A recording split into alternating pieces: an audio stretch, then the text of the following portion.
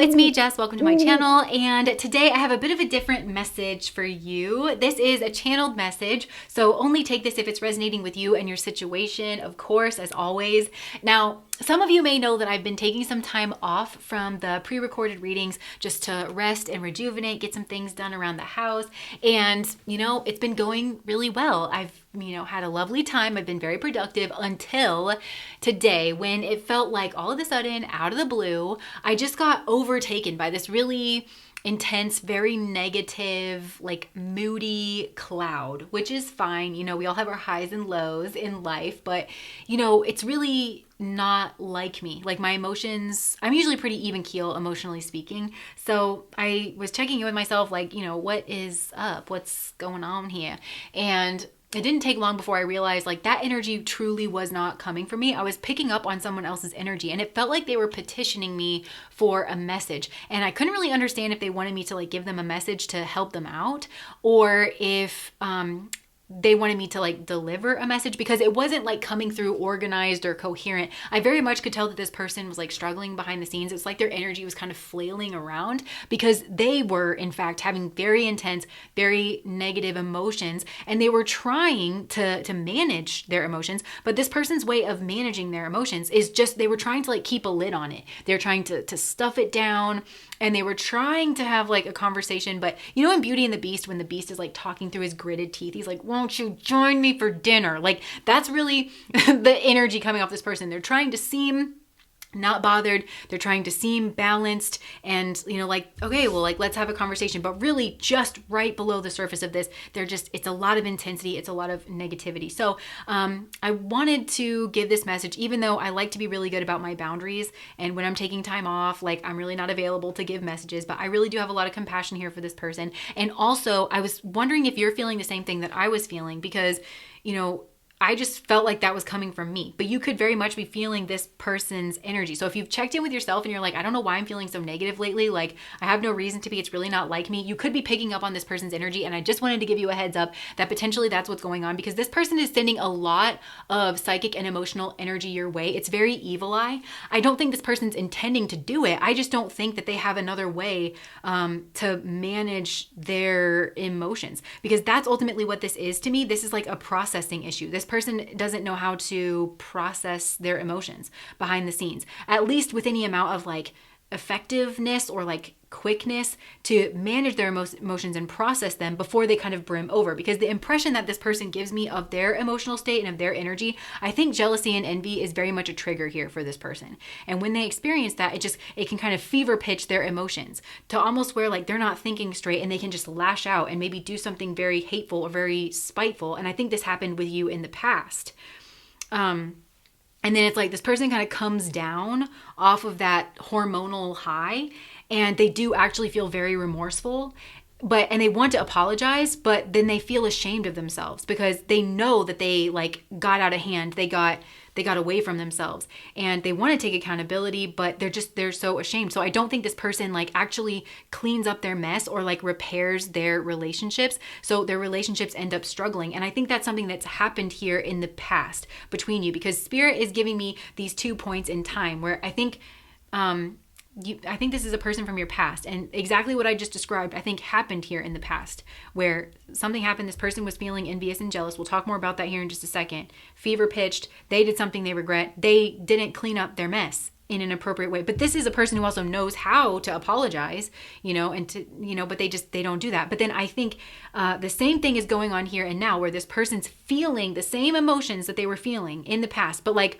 a lower version, like it's on a simmer now, again, because this person's trying to work out something karmically, and we'll talk about that here in a second. But I want you to know this person is, they are spying on your energy. I don't know why, like they could have heard something about you. They could have just thought about you. And then, so this person could be watching your social media, seeing what it is that you're up to, seeing your pictures, and somehow it sparked like their envy or their jealousy.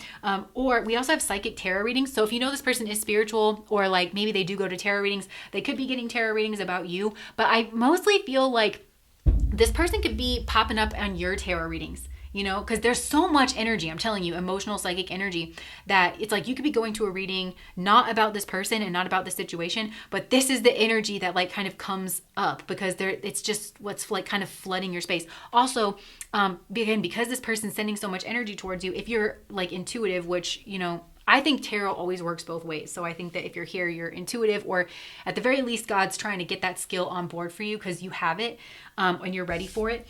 So just play around in that space, even if you don't think you're intuitive. But again, you could be picking up on this like in a psychic, kind of an emotional arena.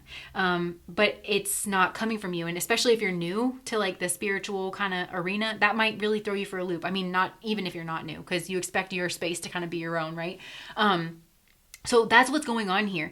Now, like I was saying, there's karma that needs to be worked out here. I can tell that there's karma here between the two of you, but I'm going to say something, okay? Like this karma that needs to be worked out between the two of you, it comes from this person's side of things, because the karma that needs to be worked out between the two of you is really just kind of a giant ripple of the karma that this person needs to work out within themselves. I've mentioned this before. Karma doesn't always have to be worked out between two people. Sometimes we owe karmic debts to ourselves. And I feel like this person needs to repay a karmic debt to themselves. They need to learn a karmic lesson here with themselves. And Spirit is trying to help them do this. But I think it's actually sparking this person a lot of confusion because they're trying to get their sea legs under them in a spiritual sense, in an intuitive sense. They're trying to make sense of all of this because it doesn't make sense to them. Now, the way Spirit is trying to kind of guide them through this experience is first and foremost by meeting you, okay? Because you are this embodiment of Libran energy. And I think that really is the energy that kind of provokes this like envy or spitefulness within this person. And I also want to tell you that you're coming off very obviously Libran to this person because they might have been giving you a different impression. This person could have like, they really do love and respect you a lot. They could have gained a lot. They could really, really like you, but they then treated you in a way where that's not the impression that you got, okay? But I think, again, you come off very Venusian. So this person sees you like very beautiful, very well-rounded, pleasant to be around, broadly intelligent, very diplomatic in your speech, somebody who's great to be in a relationship with, like of any variety, somebody who really does a good job of holding space for yourself, but also like other people. And so it sparks this person's envy because either this person covets you, like those traits, of course, like they're going to make somebody want to be with you, of course, like that's amazing, right? So it could be that this person like covets you, they want to be with you, and they could potentially be jealous if they see you like with somebody else. That could be what has done it. Or this person like literally wants to be you, you know, but they can't master that Libran energy for themselves. They want to, but they don't understand it on the back end. So really all they can do is like give this veneer of this Libran energy. And it's counterintuitive to this person because they're ashamed that they're not really that, or like when they're not feeling that, or when they're not able to genuinely come across in a Libran energy, which is why they kind of fake it. But the way to healing for this person is not by faking it, like not acting like they have everything together and that they can meet you on the level of this Libran energy, right? It's kind of counterintuitive. So like I said, step one is meeting you because you shine a light here on this fracture within this person, okay? This fracture originates within them. You've shown a light on something that exists within them. It existed in them before they ever even met you. Spirit knew that you could somehow shine a light on it. Either you know, you could see it clearly, or just being around you, this person could have to face and deal with this. You know, Spirit knew. So that's the first step. The second step is Spirit is trying to push this person inward. They're trying to get them to embrace hermit mode because that is this person's weakness. I'm telling you. I think this person, you know how like in the body, if you are bringing your body through a certain movement or a certain motion, even like just when you're walking or something, if you're not doing it with the proper body mechanics, like you can overuse certain muscles, but then underuse other ones. And when you don't use a muscle that should actually be involved in that movement, that muscle can atrophy. Well, that's what's going on here with this person, but on like an emotional, like a social emotional kind of a level. And the muscle that they're not using, the piece that they're missing to this Libran energy is actually Virgo energy. It's the hermit energy. It's going within and it's being skillful in that space. So this person clearing up their karma with themselves is they need to learn how to work independently and internally. And when it comes to their emotional space, their emotions, they also need to take accountability and responsibility for their emotions. It's their responsibility to manage their emotions, to be able to identify their emotions, to be able to diffuse their emotions, right? So this person, their emotions will spill over, they'll do something, and then they'll try to coerce somebody into like a Libran space of, well, let's talk this out. But that's just not, it's a misapplication of the Libran energy, but this person doesn't understand that, okay? So then, what comes after Virgo? Libra. After that Virgo energy, Virgo rules over skill as well and routine. So they need to be skillful at this. They need to be routined about this, about going within. This is something I think you've mastered, right? That's when they can move into the Libran energy. And where should they apply that Libran energy first? Internally. They need to be able to be diplomatic with themselves, to bring balance with themselves, to reconcile things within themselves. And then and only then can they have, if it's even required, because this person may have the realization that this really doesn't involve you. Even though you shine a light on it, it's like, it's really their private matter. It's really their business. But if it does require a conversation with you, then and only then, and only with your full consent, like, should there be an actual Libran exchange, some kind of diplomacy, some kind of conversation, some kind of relationship, right? To kind of like heal or rectify this space.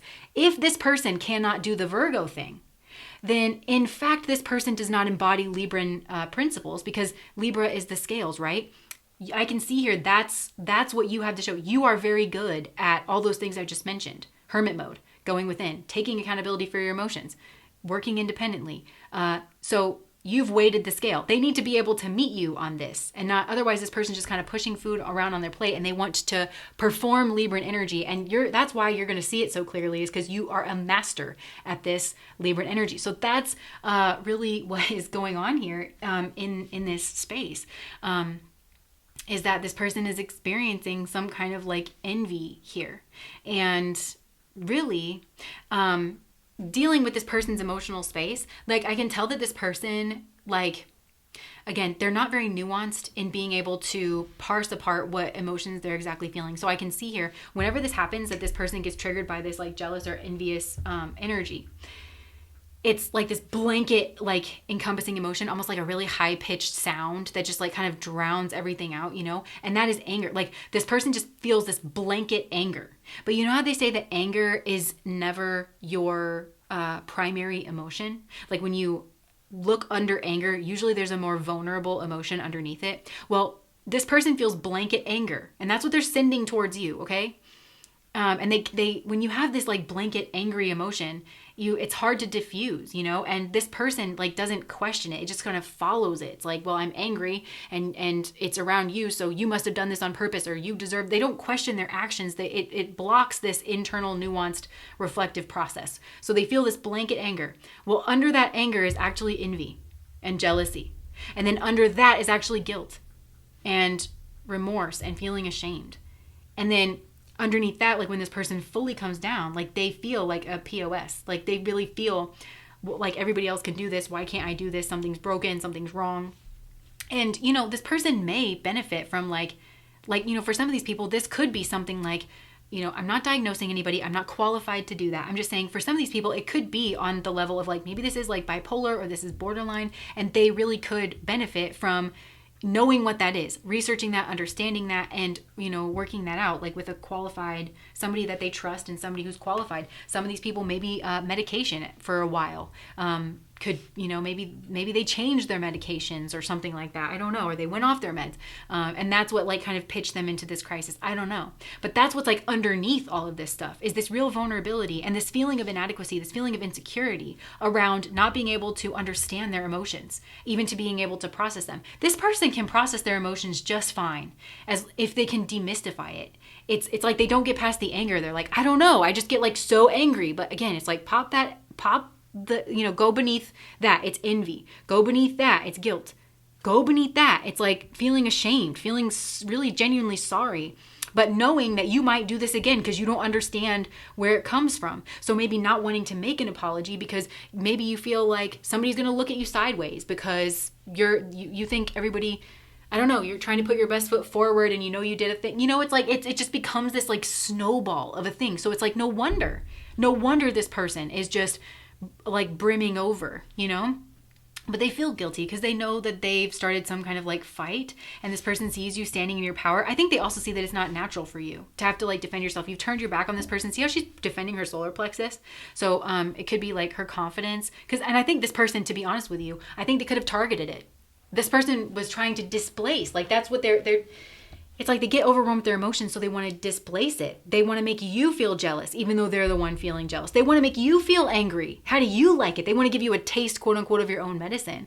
But meanwhile, you're actually processing your emotions. And this person's trying to, and I think they've dumped their baggage. They've tried to dump more onto your plate. And this person does feel ashamed. They do feel remorseful. I do think this person has some kind of desire here when it comes to you, or they're watching you have this with someone else. That could be what's bringing out some kind of like jealousy. I also think that I'm going to cover up all the scary parts of this card because this card honestly scares me. But there could have been a spiritual attack, right? And this could have been a part of the karma here as well. But it's almost like an energy, or like an entity that uses lower vibrational energy to move through. And it was the envy, it was the jealousy that it attached to in this person in order to levy some kind of spiritual attack. And there could have been a divine intervention here in order to get this person to face their demons. And potentially to get you out of a situation, because if this person's not dealing with this at the root, which is where it's internal. This is a person who's going to have you thinking you need to be talking this out. This person is not in a place to be talking shit out. Maybe with with like a trained professional who can help, peel back the onion, somebody who can help them, help be a guide. That doesn't have to be a therapist, but somebody who's like trained, at this. Because this person does feel like there's unfinished business. They want forgiveness. They want a reconciliation. But I think this person was very childish in the past, immature, argumentative, playing the victim. They could have, acted like that. Now, the other thing that I do want to mention here, there's like a push-pull, and it exists within this person, okay? Because there's another thing here about values, and I don't want to go too far into this, but you're showing up here as Venus. So you're showing up as like actually embodying this person's values, because I think this person does have Libran values. They're just unable to kind of like live up to it. But part of the reason why they're unable to lead up to it, okay, is we have this like thinking of you energy, crying, nostalgia, missing you. And I'm hearing, there's that NSYNC song from like way back in the day. I think it's called Thinking of You. Yeah. I'm hearing this part. It's like, didn't know just what I had. Now I toss and turn because I'm without you. Now I'm missing you so bad. Where was my head? Where was my heart? Now I cry alone in the dark. I lie awake. I drive myself crazy thinking of you, right? So this person is like thinking of you. They're very nostalgic, like, right? So this is how they're pulling on your energy. But then also this person's around toxic people. Addictions, bad advice, wrong crowd, okay? And this to me could have involved like an ex. For some of you, this person is your ex, okay? They were bossy, selfish, and inflexible and very stubborn when it came to you. They could have been unfaithful. They could have had you involved in a love triangle with their ex, and then therefore this person became your ex, right? But for some of these people, okay, like I'm getting this energy of like, I'm hearing the word fraternization, okay? And this person has a group that they fraternize with, but it feels like on the down low in some way. And I don't know what I mean by that, okay? But it's like, yeah, it's on the down low. And it's like they don't want you to know, or they don't want people to know, because this group, it's like counterculture, or it's like it doesn't align with their values that they genuinely do have and the way that they present themselves to the world. And this person allows space for this because they kind of tell themselves, and we all do this to a certain degree, but I think this is like chronic. But this person kind of tells themselves like, I can move away at any time. But then I don't know, like this person may have spent like an inordinate amount of time, because I'm getting spirit was like, okay, here's your person. Are you ready? And this person was like playing with their pud basically. They weren't ready, and they had to like, all of a sudden it felt like they had to turn on a dime. But it's because this person, that's where that energy of like hypocrisy and maybe selling out is, because this person was not embodying their values. Venus is your values. So Venus rules over your partner that holds your same values. So you want to be integrated with your values when you meet your partner. Otherwise you do run the risk of things getting kind of bumpy like this. So that could have been something else going on behind the scenes, is that this person was fraternizing with certain people on the down low. For some of you, there's like a sexuality thing that's like involved in this. Like this person doesn't want to know that, or doesn't want you to know, or other people to know that like, they're like bisexual or gay or something like that. I don't know. And maybe that's part of like the problem here, is like they need to be fully embracing themselves. Take that however it resonates. But yeah, there's some kind of, and this is a group of toxic people where I feel like they could have developed some kind of addictions or just like gotten some really bad advice. And they shouldn't have that in their life because they should be trying to like integrate their values. And that's another trigger, because I think that's why I'm hearing the word sellout, because it's like, I think this person sees in you somebody who embodies their values, somebody who, I'm not saying you never make a mistake or anything, but you didn't sell out. It's like you try to embody your values. You try to be the person that you proclaim that you are. Whereas like this person, they've been around because, and for some of you, I'm even seeing like, I'm picturing somebody in my mind. This doesn't have to be the case, but I'm picturing somebody who's like working class. I'm seeing a masculine energy, and then they're showing me a line of this where it's like there's coal on their face, or there's like mud or dirt. This is somebody who like worked with their hands. It's like they built, I just heard this country, like this person built this country. They did a lot of work. They did a lot of heavy lifting, and they did not get a fair shake. They weren't paid correctly. They didn't get the spots that they should get. And then this person potentially, like if this person chose another person over you, it's a person associated with this, not with their values, and that they were only around because they weren't living their values. So they merged their life and I'm literally hearing like their bodily fluids, their destiny with somebody who does not embody their values. It's like they abandoned their values, but also like getting some kind of righteous balance for their ancestors that they're owed. Instead, they just like went and joined the winner circle. They like joined with the people that were keeping their people down. Do you know what I mean? But this person has like the smarts and the skills, the position to actually build something up like through their values and to challenge, to oppose this. But instead they've merged with it in some way. And I'm just being shown that in a very visceral way. But in some way they've like merged with whatever those like anti-values are.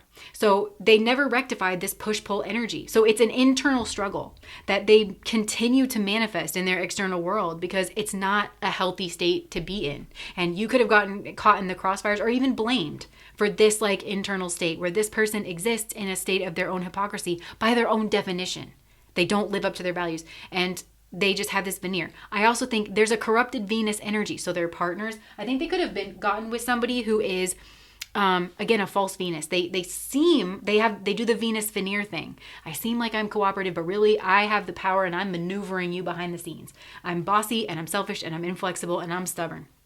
I'm unfaithful. I have you in a love triangle with my ex. Like that's, I think they've gotten a taste of their own medicine here, but it's only because they exist in this. That's the values that they've created for themselves. And I think they're mad at themselves and they need to be mad at themselves. They need to go through a period of like reckoning.